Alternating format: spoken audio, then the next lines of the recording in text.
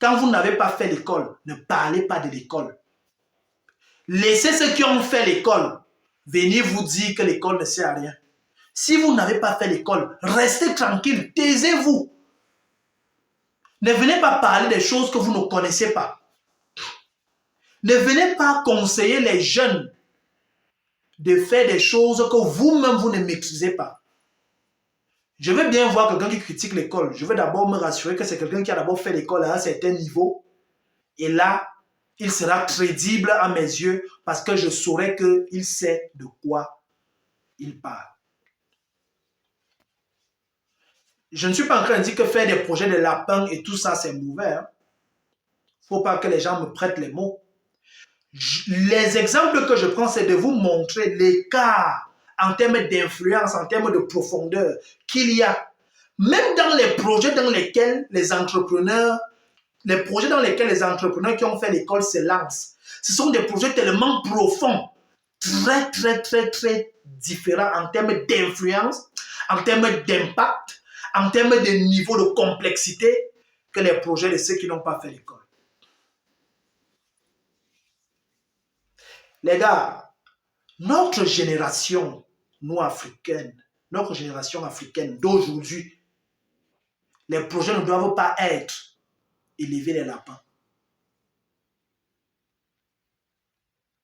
Notre génération, nous les jeunes d'aujourd'hui, nos projets ne doivent pas être aller miser de l'argent au trading. On peut juste utiliser ça juste comme une étape intermédiaire. C'est-à-dire que j'ai peut-être 200 000. Je pars peut-être mettre dans le trading pour que ça se multiplie ensuite pour lancer les vrais projets. Notre génération doit avoir des projets compétitifs. Notre génération doit également avoir des projets d'aller sur Mars, des projets de construire des voitures autonomes qui utilisent l'intelligence artificielle. C'est là où on nous attend. On a laissé l'élevage à nos parents. Nous là, c'est la technologie. Ce n'est pas l'élevage. Nous là, c'est aller dans l'espace aussi comme les autres. Parce que imaginez un peu, vraiment là, on va parler vraiment pour que tout le monde entende. Toi, tu dis aux gens ne fais pas l'école, tu fais l'élevage. D'accord? On a un Chinois ou un Américain comme Elon Musk qui est en train de voir comment aller sur Mars. Ça veut dire quoi? Ça veut dire que pendant que toi tu es en train de faire ton élevage ici sur Terre, lui, il a déjà trouvé un moyen de comment vivre sur Mars. S'il veut te détruire ici en quelques minutes, il est sur Mars, il te lance une bombe atomique là-bas. Toi, tu meurs ici, il continue sur Mars.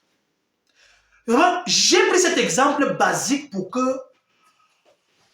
Excusez-moi, je vais m'asseoir, je suis un peu fatigué, je suis debout. Donc, j'ai pris cet exemple basique un peu pour que les uns et les autres comprennent. Notre génération a ce défi historique-là. On doit être compétitif, sinon on va mourir tous. On doit être compétitif par rapport aux autres. Le challenge ne doit plus être élever les lapins. Le challenge de notre génération ne doit plus être élever les porcs. Non!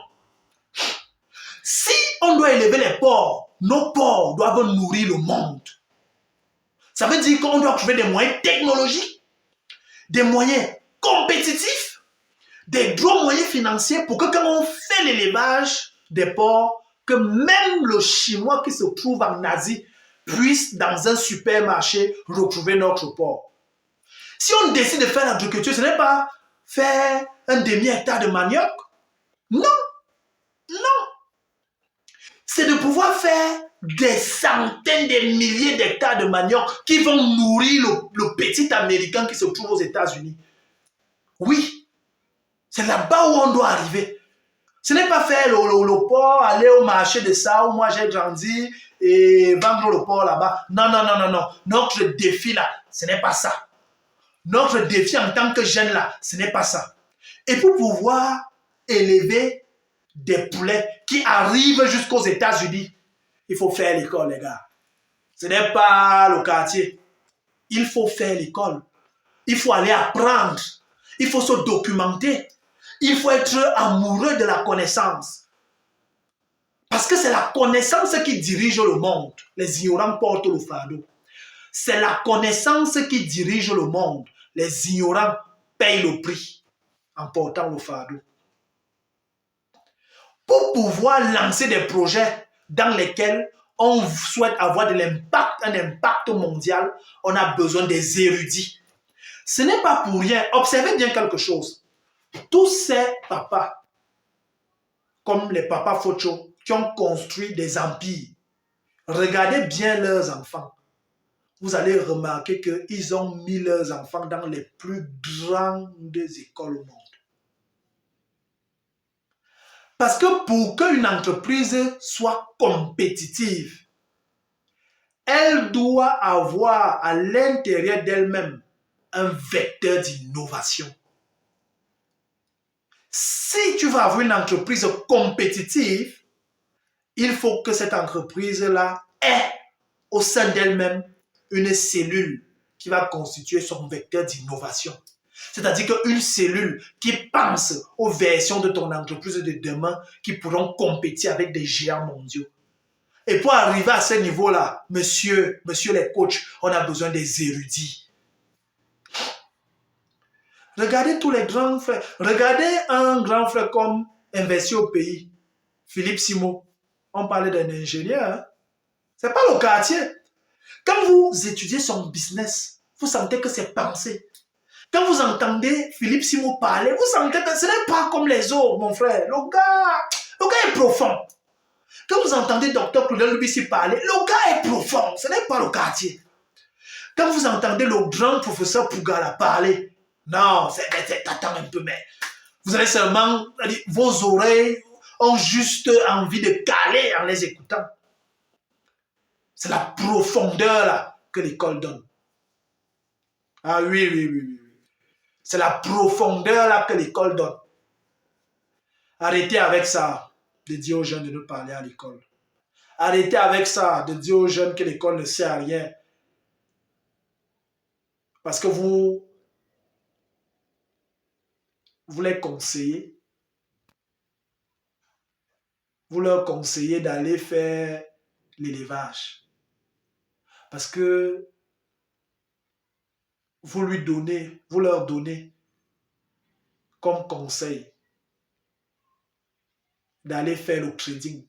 Et puis je vais même vous dire, est-ce que vous savez que il faut que je fasse toute une vidéo sur le trading. Est-ce que vous savez que même le niveau de trading que vous faites là, c'est un petit niveau. Vous ne gagnez, en réalité, vous ne gagnez même rien dans l'eau. C'est-à-dire que les gens qui font le trading là, dans nos pays, quand on a à Yaoundé et tout ça là, nous à Yaoundé et tout ça là, vous ne gagnez rien même dans le gros business du trading. Rien. Les mises que vous faites là, c'est la débrouillardise. Les vraies personnes qui gagnent dans le trading, ce sont des personnes qui comprennent, qui conçoivent les algorithmes qui tournent derrière le trading. Les coachs qui vous parlent de blockchain, là, ils ne comprennent rien à la blockchain. Ils peuvent te décrire l'algorithme de la blockchain. Ils peuvent te décrire comment la blockchain marche. Je ne dis pas comment on mise de l'argent. Je dis comment la blockchain marche. Les algorithmes de consensus qui sont derrière la blockchain. Voilà les personnes qui gagnent donc sur la blockchain. Et pour mettre en place des algorithmes de consensus, mon cher ami, c'est des chercheurs, c'est des ingénieurs. Arrêtez avec ça. Arrêtez de dire aux jeunes de laisser l'école, que l'école ne sert à rien. Arrêtez avec ça. Ce n'est pas parce que vous venez de gagner 5 millions en misant 100 000 dans un truc de trading que vous pensez que ce n'est pas le succès. Et je vous dis les gars, ce n'est pas parce que tu as misé 100 000 et que tes 100 000 t'ont généré 4 millions que tu es millionnaire. Ivan Castano le dit d'abord. Le dit d'ailleurs. Si tu as gagné des millions, fais vite de devenir millionnaire. C'est-à-dire un créateur de richesse. C'est-à-dire quelqu'un qui construit une fortune. Parce que même dans la prospérité financière, il y a des escaliers de la prospérité financière. Quand on parle des papas comme Dr Paul Fokam ou bien de Elon Musk, c'est des personnes fortunées. Les jeunes pensent que quand tu pars miser au crédit, tu gagnes 100 millions, tu es riche. Tu n'es pas riche, monsieur. Tu as gagné des millions. tu n'es pas riche. Le riche, le fortuné, c'est le créateur de richesse. Et pour créer de la richesse, il faut avoir ça. Ce n'est pas parce que j'achète des produits en Chine, je viens revendre au Cameroun, je ne suis pas un créateur de richesse. Je suis un vendeur, je suis un commerçant. Et ce ne sont pas les commerçants qui dirigent le monde. Je vous ai dit que le défi de notre génération, c'est d'être parmi les jeunes qui vont diriger le monde demain. Le défi de notre génération-ci, ce n'est pas le commerce des arachides. Laissons ça à nos papas, aux grands-pères d'avant. Ils vendaient les arachides, ils sont enrichis. C'est même pas ça. Aujourd'hui, là, tu peux commencer un business. Un jeune Américain te lance une bombe depuis la planète Mars et tu meurs. Donc, tant qu'on n'est pas compétitif à ce niveau-là, ne serait-ce que pour nous protéger nous-mêmes, tout ce qu'on fait là ne sert à rien. Tu lances je sais pas moi, un supermarché, tu ouvres un supermarché là, un Américain qui se trouve à New York vient et te dit que ok, je rachète toute ton entreprise. Il te donne peut-être 19 milliards de dollars pour ça. Depuis que tu es né, tu n'as même jamais rêvé de gagner autant d'argent. Je parle de 19 milliards de dollars. Tu vas vendre. Pourquoi? Tu n'es pas dans un domaine de pouvoir de décision. Mais si un ingénieur en informatique qui n'a rien, qui est pauvre, parce que ce fameux coach semblait dire que si ta famille est pauvre, ne fais pas l'école, va te lancer. C'est faux. Je connais des camarades et des amis qui sont sortis des familles modestes aujourd'hui, qui sont dans des grands laboratoires en Europe. Anything is possible.